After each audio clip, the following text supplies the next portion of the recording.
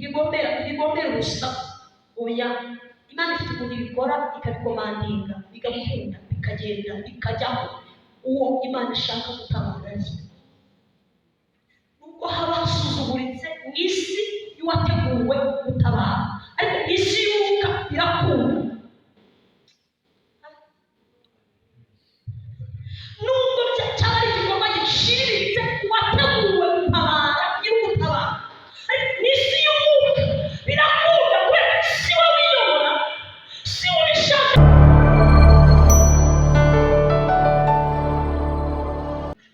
Ndanezerewe kubana namwe kuba muri Sempo. Mugoroba Imana duteguriye ngo tuwutaramire, dushimira Imana cyane, duhaye Imana y'ubuzima ubu bwayo, Imana yawe icyubahiro.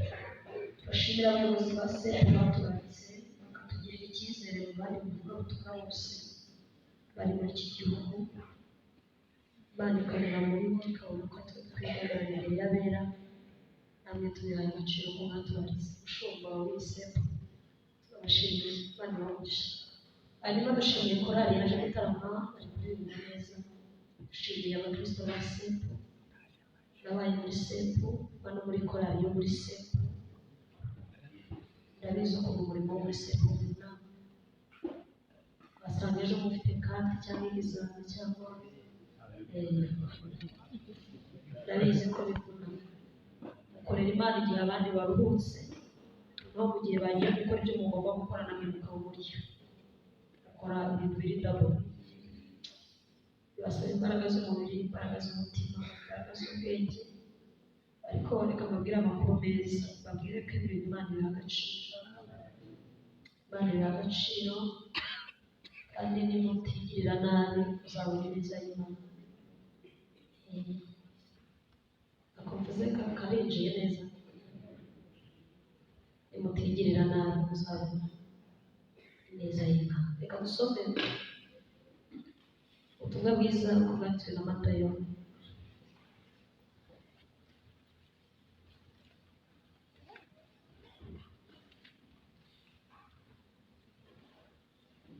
Matayo 19:27.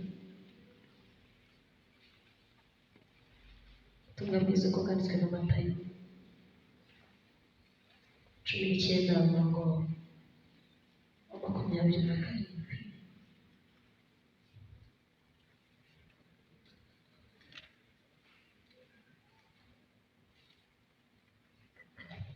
19:27 haravuze ngo, maze Petero aramubaza ati, dore twebwe twasize byose tubagukurikira, none se tuzamera dute? Yesu aramusubiza ati, ndababwira ukuri yuko mwebwe abakurikiye mu gihe cyo guhindura byose ngo bibe bishya, Umwana w'umuntu azicara ku ntebe y'icyubahiro cye, namwe muzicara ku ntebe 12 mucire imiryango 12 y'Abisirayeli imanza. Umuntu wese wasize urugo cyangwa bene se cyangwa bashiki be cyangwa se cyangwa nyina cyangwa abana cyangwa amasambu kubw'izina ryanjye, azahabwa ibibiruta inshuro 100, kandi azaragwa mu bugingo buhoraho. Amen. Urwandiko rwandikiwe Abaheburayo 11:24. Abaheburayo 11:24. Dusome turi kwihuta cyane kubera dushaka kumva indirimbo z'abaririmbyi. Abaheburayo 11:24 haravuze ngo, kwizera ni kwatumye Mose ubwo yari amaze gukura yanga kwitwa umuhungu w'umukobwa wa Farawo, ahubwo agahitamo kurenganura mu bwoko bw'Imana, abirutisha kumara umwanya yishimira ineza by'ibyaha. We yatekereje yuko gutukwa bamuhora Kristo ari ubutunzi butunga abanyegiputa babitse bwose, kuko yatumbiraga ingororano azagororerwa.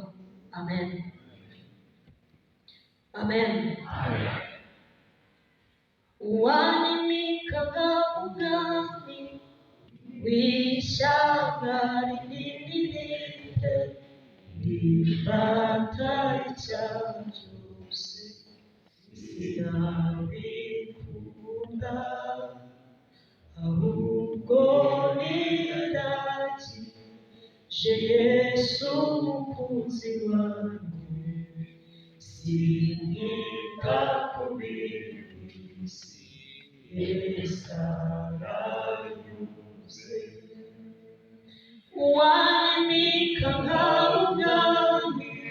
w'ishyanga rinini rite rifata icyaha cyose sinabikunda ahubwo niragije Yesu umukiza wanjye sinita ku b'isi Yesu aranyuze. Amen.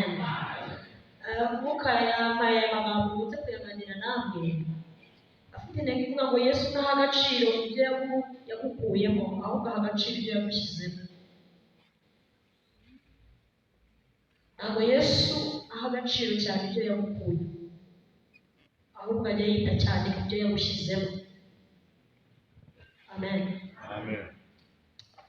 Reka bisubiremo. Ntabwo Yesu ntaha agaciro cyane ingano n'uburemere bw'ibyo yakuvanyemo utarakizwa utaramwizera. Ibishaka biba ari byinshi bite, ibishaka biba bifite agaciro kameze gate, ntibishobora kugira agaciro kangana n'ibyo yagushyizemo. Yesu ashimwe. Pawulo amaze kwizera yatakaje ibintu bine cyangwa bitatu. Kubitakaza utari ukubitakaza ngo mutere ngo abe bibereye ibintu adahaye agaciro. Ni ibintu bifite agaciro ariko ahishurirwa ko mu isi y'umwuka ibyo Yesu yamuhaye aribyo biri hejuru bifite imbaraga. Iyo Pawulo ashaka gusubira inyuma akajya gufata bya bindi yitaga byiza, yari afite uburyo w'abanyamahanga yanditse aravuga ngo twebwe n'ubwo tudasubira inyuma si uko tudafite uburyo bwo gusubirayo turabufite, uburyo bwo kujya mu byaha turabufite, uburyo bwo kuryoshya turabufite, ariko impamvu tudasubira inyuma turimo turareba ibindi bintu bindi birusha agaciro ibyo twavuyemo. Impamvu dukomeza tukajya imbere si uko twirengagije ibyo twavuyemo byari bifite agaciro, ariko turabibaraza tubishyira ku munzani tugasanga ibyo Yesu yadushyizemo ariko bifite agaciro. Pawulo aravuga ngo ibyo byatumye ibyari ingano yanjye ngo mbitekereza atari amasa. Bibiliya y'Ikinyarwanda yarabyoroheje ariko ubundi si Bibiliya ni amazirantoki, ni ibintu by'ibideshe biri aho bidafite gahunda. Ubu rero bivuze ngo kuba mfite metirezi, kuba narize, kuba mfite dogitora muri teoloji, kuba ni umurongo, kuba nkurikije ibintu Yesu yampaye ni bito byatuma mbireka nkakurikira uyu mugabo. Twese haleluya. Reka nzibabwire impamvu yabyo. Ibintu byose mwirirwamo ziriya nyuguti murundarunda mukazihuza zikavamo Icyongereza n'Igifaransa. Ziriya nyuguti murundarunda abaganga bari hano ziriya nyuguti murundarunda mukazegeranya zikavamo so, zikavamo bwa bwoko bw'imiti mujya muduha ku muganga, za shinge na kwa tubagabura. Biriya bintu murundarunda ukabirundarunda bikavamo ibyitwa igisa n'ubuzima. Biriya byose ni ingaruka z'icyaha. Tuvuga iki kintu kitari iki, kubera ko icyaha kimaze kuza mu isi ubuzima bwarabuze. Hanyuma rero isi ihita yigasira iteme yo kubirundarunda no kubidodadura. Namwe muraprofita muza kwiga. Biriya byose ni ingaruka z'icyaha.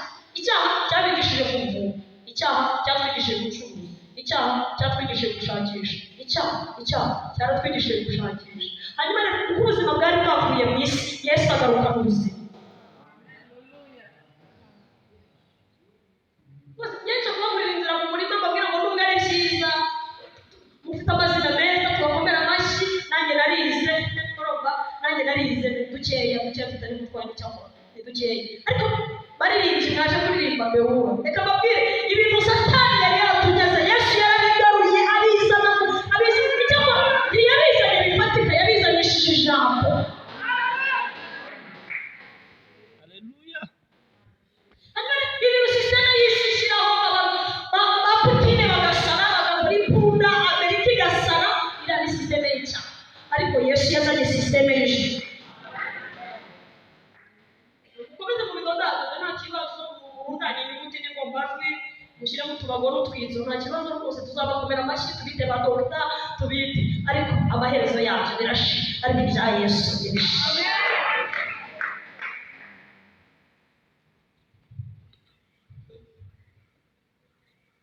Gahunda y'Imana niyo kugusubiza icyo watakaje muri Edeni. Ndashaka kuvuga kuri aba bagabo babiri batareba kimwe, ndavuga kuri Petero, mvuge no kuri Mose. Abagabo babiri bareba muri sansopozi, batareba kimwe, bareba ibintu bihabanye. Umwe yabanye na Yesu, undi amwumva mwiyeri, aganira n'amarangamutima. Petero abana na Yesu live, barabana, barasangira akawunga n'umuceri, barasangira ibishyimbo. Hari igihe ngo bagiye guca amasaka, inzara yabishe, arahekenya, agatarika abigishwa bawe ni feke, barya amasaka twe. Ikintu cyatangaje ni ukubona uwitwa Mesiya avuka mu buryo abantu batatekerezaga. Umusore utarambaye pampesi ari uruhinja kandi ari umwana. Ibaza umwami utarambaye pampesi. Periso ye yari umuvuro kandi ni umwami w'abantu.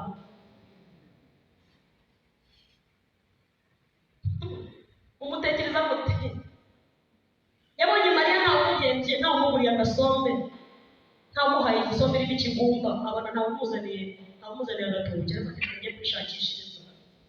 Basuye umuntu nanyuzemo atazavamo nk'umuntu w'afite, agahita ajya mu banyabwenge. Burya yari agiye gushakira Mariya ibihembo. Haleluya! Hari umuntu utunga Yesu ukabona ni ibintu bya feke bitari mu buzima. Okay, reka mushakire ka office muri CH. Basi ajya gukorera tapunika, akabamushyize ukitwa dogiterera, akagushakira agaseta ahantu ukajya ucuruza. Abandi bagura ka uniforme ntugire ipfa, burya bagiye gushaka mu banyabwenge hirya. Ajya kumushakishiriza ari umwami w'abami, abona Mariya ntawe uyitayeho. Yewe yari yabuze n'abamuririmbira, kubera umwami ahantu hose umwami arakunda indirimbo, akunda igitaramo. Abura abamuririmbira, ajya kureba abungeri bari baragiye inama, bati we umwe mu ntama ntiyeremuza, bereka ahantu umwami yavukiye.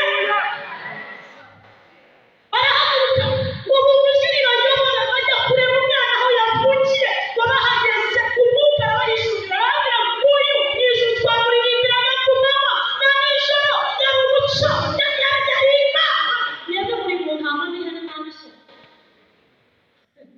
ngo bararirimba ngo mu ijuru icyubahiro cy'ikira, ngo no mu isi amahoro abe menshi. Umwami akunda indirimbo, mwabura mujye mumuririmbira. Umwami akunda indirimbo kandi reka zikunde, ni ibintu byo kuva kera. Unyikirize amen. Reka mvuge kuri abagabo babiri bagize amahirwe yo kumenya Imana, ariko bayimenya bitandukanye. Cyakora nyuma byaje kugenda neza muri Petero yicaranye n'abandi bigishwa 12 na Yuda arahari. Uzi ko Yuda yapfanye amasezerano meza we. Burya ibintu Yesu yavuze na Yuda yaragize gute? Mwanyikirije ko namakuru. Umuganya mwakinaga neretse ko muri mu nyuma. Amasezerano meza Yesu abwiye abigishwa, arababwiye ngo mwebwe abarekeshejwe ibyanyu no kumurikira. Yuda ati we nakupendeza. Yuda nawe ni wafasha wakati utazagira ngo ntazi kubyina, nabo babizi byo Petero akora na Yuda agira ngo shimira bari bicaranye nabo. Akuretse ko irondo ryivanze n'ibisambo, ubundi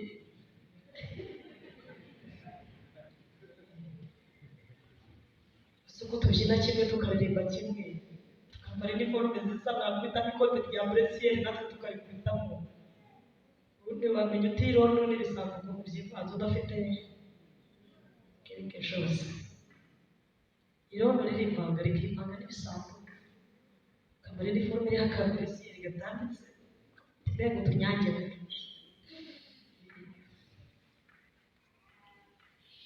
Yesu Petero aramubaza ngo ariko ko twasize ibyacu tukagukurikira, ubundi ibintu birimo akantu.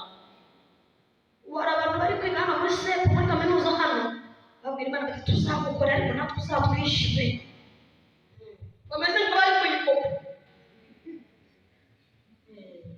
Umuntu umwe guseka kuri Imana ati Imana ubyibuka ko ibi bintu bifite imibyizi myinshi. Ibi bintu bifite imibyizi myinshi ntabwo wabimukira. Imana yambwiye ngo nturakora.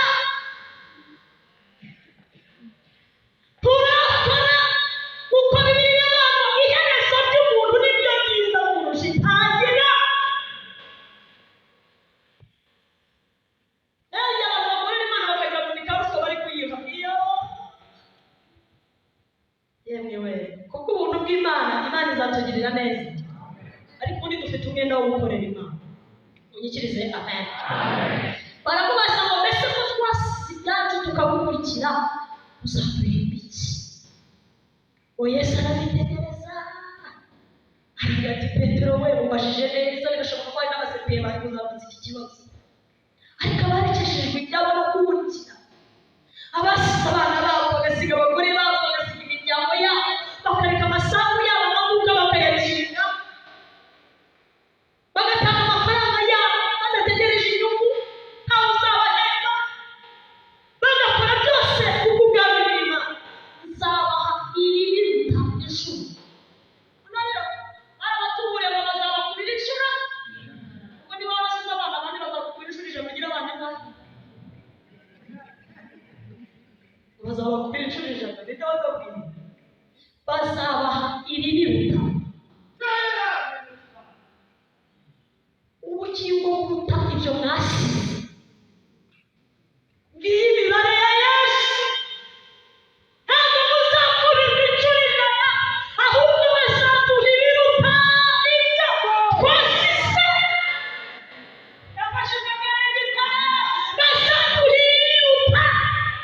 Ushobora hafi y'akagare gace ukurikije umunaniro w'ibintu biba muri uyu ni muke, ariko Yesu yaravuze ngo abasize ibyabo mu bw'ibyo azabaha ibiruta.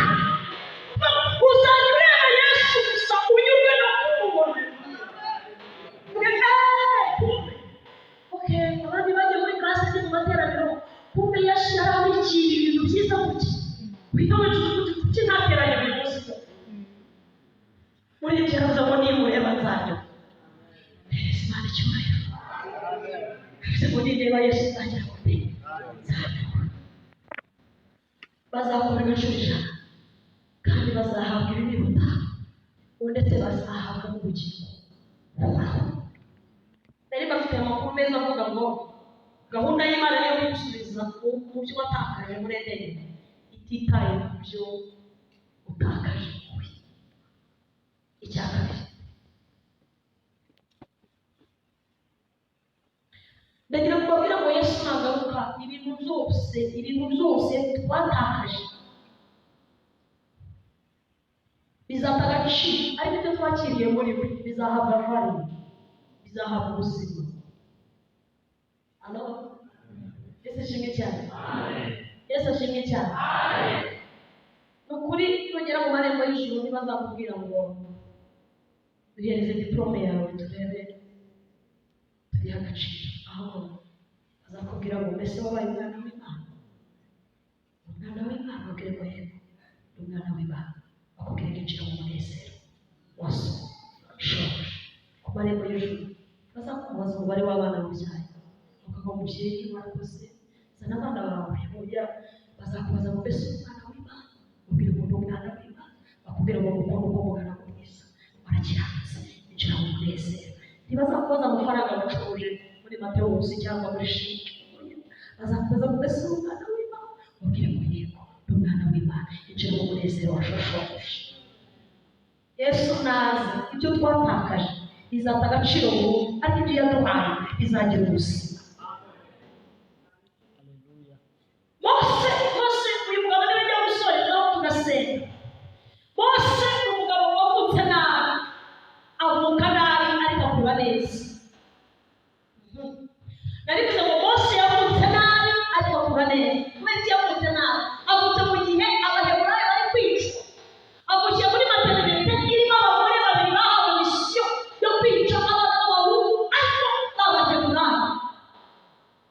Ariko mu bagambirira mu mutima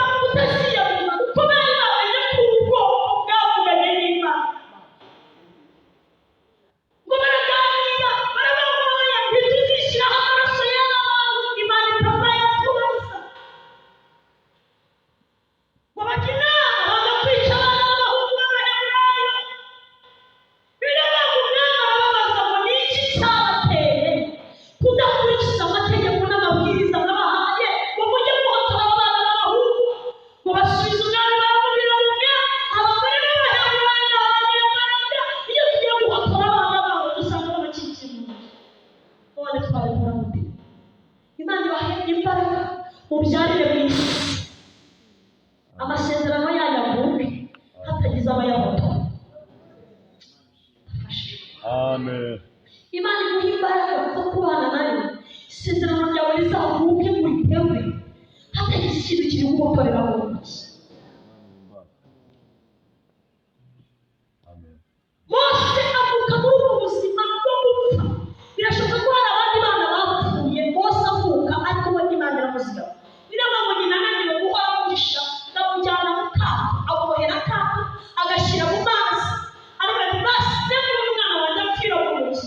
Abantu batazajya bakomeza kuza kumureba bashaka kumwondora neza. Henda mwikureho njya mwihekure, azapfe ntamureba aho kugira ngo apfire mu ntoki mureba, cyangwa abanzi bacu bazamwicane neza. Ngamushyira mu kato, aramujyana ku mazi. Imana yo mu misozi niyo Mana yo mu kibaya iberaho, si cyane n'uyu munsi niyo turi kumwe. Imana yerekeza Mose aho yari ari mu mazi, yamurindaga ari mu bibero bya nyina, ni nayo yamurinze ari mu kato kuko iberaho si cyane, iberaho si cyane. N'igiteza ikibazo ibwami bwira umukobwa Farawo, iramubwira ngo manuka ujye kwanga, iganira n'ibitekerezo by'umukobwa wa Farawo. Hari igihe Imana idakoresha ijwi, ikaganira n'ibitekerezo n'amarangamutima ishaka kugira ubutabara. Afashijwe rwose, si ngombwa ngo ihindishe inkuba, imirabyo irabye n'imvura igwe ngo yasibye.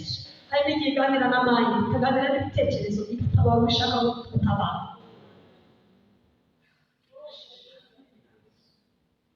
Kandi abantu benshi muri iri teraniro mwinshi mwatabawe mutumvishe inkuru, Imana ikoresheje ibitekerezo gusa.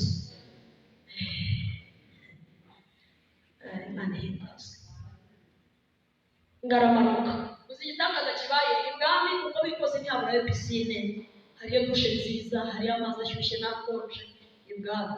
Bari kumwe n'umukobwa w'igikomangomakazi, kiramanuka kijya koga. Telekomande ikiyobora nta yindi, ni umugambi w'Imana.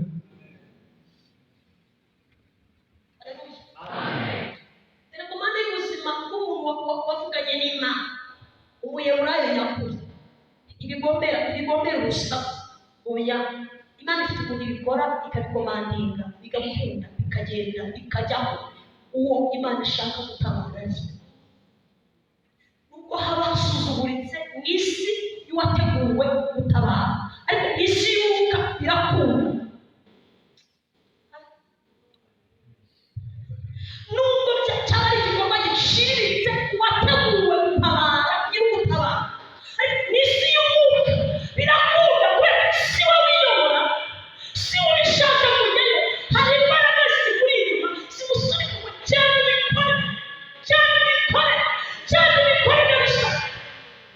Haleluya. Kubera gate inyabwenge yararembye, iravuga ngo hari ukuboko kwiza kutagaragara. Ngo gukora imirimo mu buzima bwacu, ngo guhorana natwe, ngo kugendana natwe, ngo kuturwanirira buri munsi na buri saha. Hatari ukuboko wamubwizita, hatari ukuboko ntiwacuruza ngo bikute, hatari ukuboko ntiwakiga amazina y'ubuti zinjira. Hari imbaraga zikomeye, hari ukuboko k'Umwami Yesu ukora imirimo mu buzima bwacu.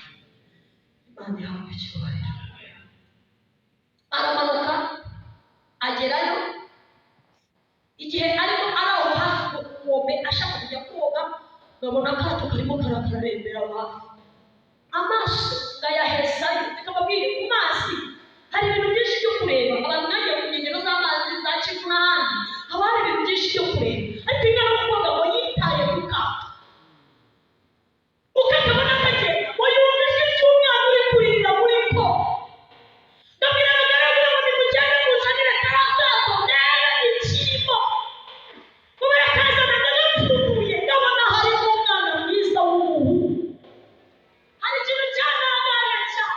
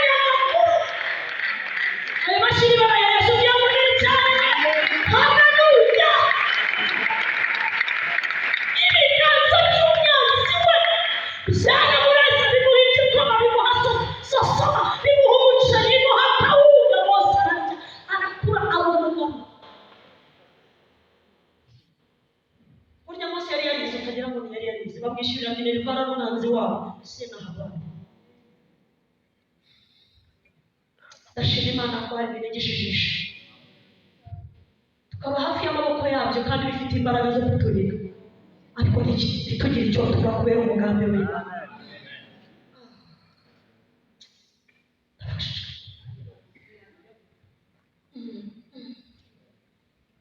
bugufi bw'ibidushaka, bugufi bw'ibidukeneye, hari amaboko akomeye atagaragara y'Imana ajya ahorana natwe. Ntiwabisobanura ukuntu wiga umwaka umwe ukiga imyaka ibiri ukiga itatu. Erega byahereye muri garidiyeni ku bagize umugisha wo kwiga, ubwo kw'Imana kuraguherekeza ujya muri pirimeri, kandi ubwo hari abandi mwiganye batagize ayo mahirwe. Pirimeri urayirangiza ugira umugisha uratsinda, ujya segonderi turabona ko murayikubita irarangira, ujya muri sekisiyo urayiga cyane turagitsinda, ubonye amahirwe uje muri universite. Ayo ntabwo ereze Imana icyubahiro. Hari amaboko akomeye, erega namwe mutize hari amaboko akomeye. Wabisobanura ute se? Wabivuga ute? Hari imbaraga z'Imana zikomeye zibana natwe. Uyu muhungu witwa Mose akuriye mu buzima bwiza burimo ibiryo, aho kuryama heza, ibyo kwambara byiza, ishuri ryiza. Urumva Mose ni umwana w'umwami, yigana n'abandi bategetsi bose. Abana b'abategetsi bose bigana nabo, ariko ngo Mwuka akajya amusanga akamubwira ngo nubwo wiga muri kaminuza z'Abanyegiputa ntabwo uri Umunyegiputa.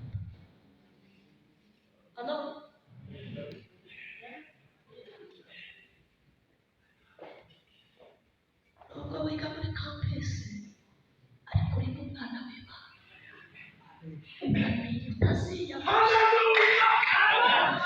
Uza wiga Icyongereza ariko utasuye ngo wibuke ko Umuheburayo. Haleluya. Ufate inshinge musashika Faisal n'ahandi ukanya n'utaha cyangwa nubona agapozo ugenda ubwire Yesu uti ndagarutse.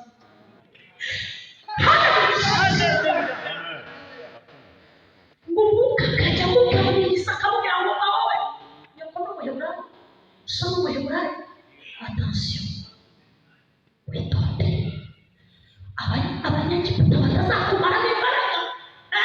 Batangira kurya nkabo, batangira kwambara nkabo, batangira kwiyogoshesha nkabo, batangira kumera nkabo. Uramenye Mose we, uzakomeza isoni.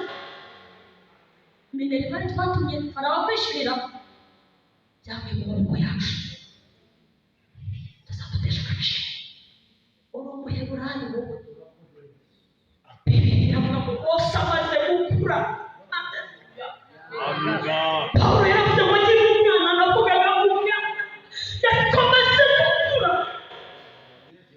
Iby'umwana ndabireka, ngo ntangira gutekereza nka Kristo, ntangira kuvuga nka Kristo, ntangira kugenda nka Kristo, ntangira kuvuga nka Kristo, njya muri mashini nka Kristo, ndara muri shambure nka Kristo.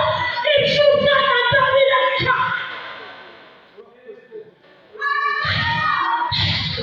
Ibyo mwavuga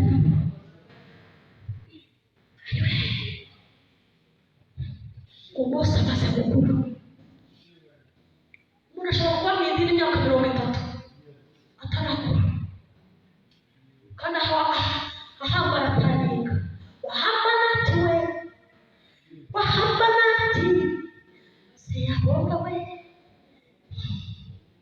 akaba mu idini atarakura, yikoze iby'ubwana atabizi ko ari Umuheburayo. Abandi banywa inzoga n'abakanywa, bakambara ubusa n'abakambara, barara muri roji n'abakararayo, bakaguca n'abakazima, banywa urumogi n'abakarunywa, banywa byeri n'abakayinywa, basambana n'abasambana. Aracyari umwana, icyakora ururimi rwo kuvuga Yesu ararufite. Protokole kwambara baji na y'idini hano sebuyora kampesi kayikubita hano ari kunga pano ukayimanura wewe, ukayimanura ku cyumweru ukaza kutubeshya. Ntabwo ko musige muri abatekinisiye, ntimukibeshya ngo mubeshye gutyo, musige mubeshyira mu ndirimbo.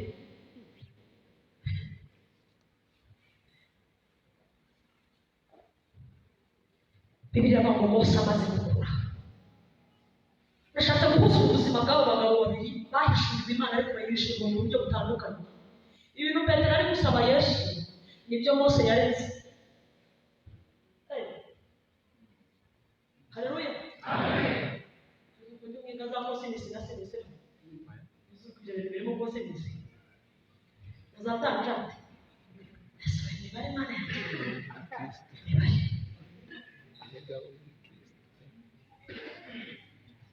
Ibintu bya Yesu bitaje mu mwuka bihinduka zatanga na Rugariti.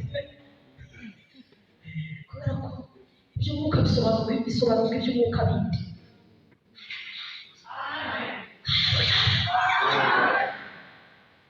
Yesu Mose amaze gukura ngabona kwitwa umwana w'umukobwa wa Farawo. Profesi yari igikomangoma. Ngarabibaranse ngabishyira ku munzani. Kuba igikomangoma w'umuheburayo. Abaheburayo barabumva amatafari. Igikomangoma kiranywa igikoma cyavoka mu gitondo. Ndabibuza gute? Niba umuheburayo nzaba ngayitse ariko gaswe Imana mubashwe. Niba umunyegiputa nzaba mubashwe muri Egiputa ariko ku Mana ni feke. Ngabishyira ku munzani.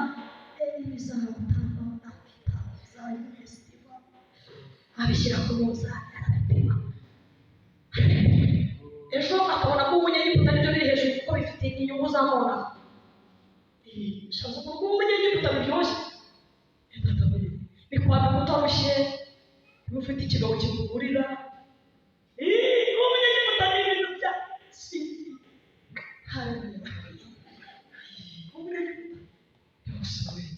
Utanga cya gice cyo mu majyepfo bagahita baguhaka.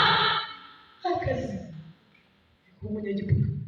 Ariko kuba umuheburayo birakubwira ngo ntabwo itonde utegereze icyo Imana yavuze. Attention please. Genda buhoro.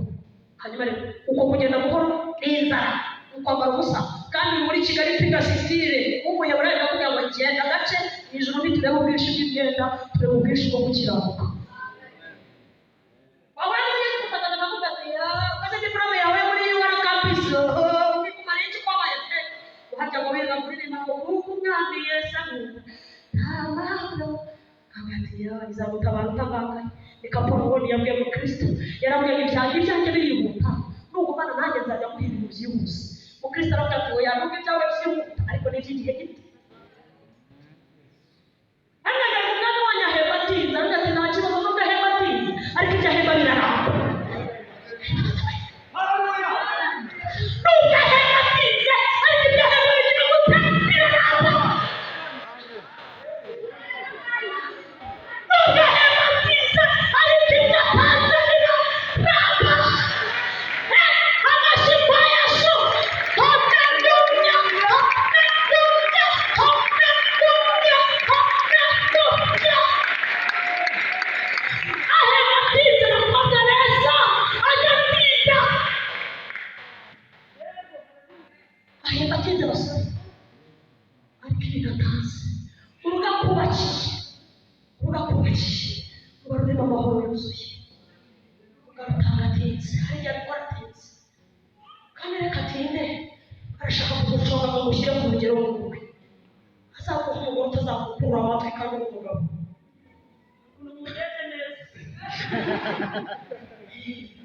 Yakuzahura umunyegiputa akazajya gukura amatwi kandi nta bugabo bwayabaye. Warize ngo nivuge Icyongereza no gushika igice cyapapa.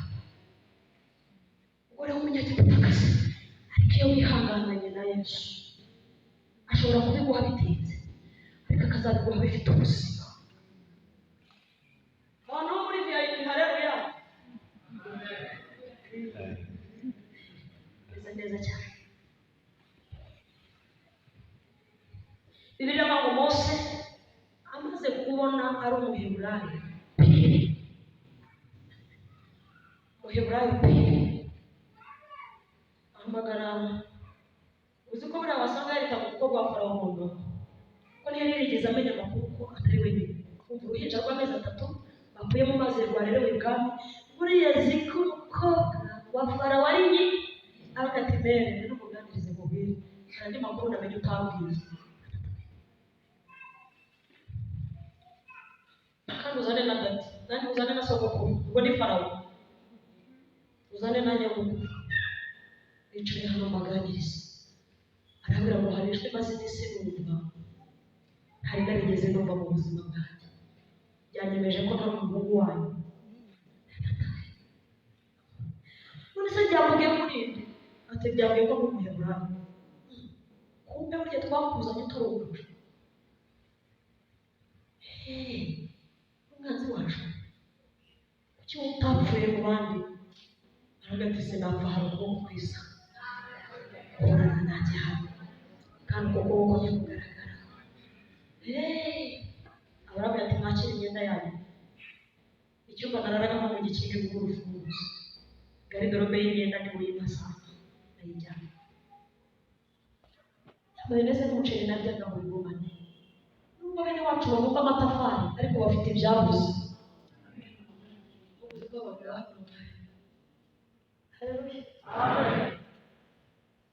Nubwo bene wacu babumba amatafari ariko bafite ijambo rimaze imyaka 430. Babana naryo, bararana naryo, bararirirana. Mwumvise ijwi rivugana nanjye ngo icyo gihe kigiye gushyirwaho iherezo, hanyuma mugumane imfunguzo zanyu. Biro yanjye muyifunge nubwo nari umunyamategeko inama, ariko nimuyifunge nemerewe kubabarana na bene wacu. Arahaguruka umwana w'umuhungu w'imyaka 40, arahaguruka ava mu rugo rwa Farawo, asiga icyayi cy'amata y'ifu, asiga umuceri na mayoneze, ajya kurya ibyo kurya bya bene wabo. Reba ngo kwizera niko kwatumye ko Mose yaramaze gukora yanga kwitwa umwana w'umukobwa wa Farawo, gahitamo kurenganura na bene wabo ngo kuko yatekerezaga ko iby'ijuru biri gutekerezaho muri Kristo Yesu ngo biruta ubutunzi abanyegiputa batunze. Egiputa muri kiriya gihe yari imeze nka Amerika y'ubu. Tekereza ubutunzi bwose Amerika ifite, amafaranga ifite, ibintu ifite, ibigega by'ibiryo, imbunda za kirimbuzi. Tekereza ibintu Amerika itunze. Kwizera kwagiye bose kubaganiriza baramubwira ngo ibi bintu Amerika itunze ni bifite. Ukurikije ibyo Yesu abizi.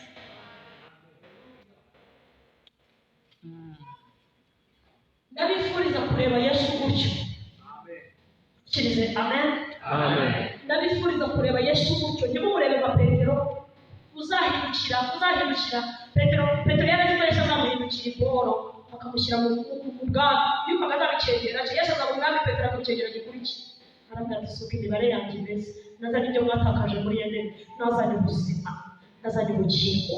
Ukurikira azabona ibi biruta ijuru eshatu. Ndabifuriza kureba ibyo amaso atabona, ukumva ibyo amatwi yumva atumva, mutumvira ingororano abera bazahabwa. Ibyo ni byo jambo rinabazanye Mwuka Wera yampaye, kandi bamugisha mu izina rya Yesu.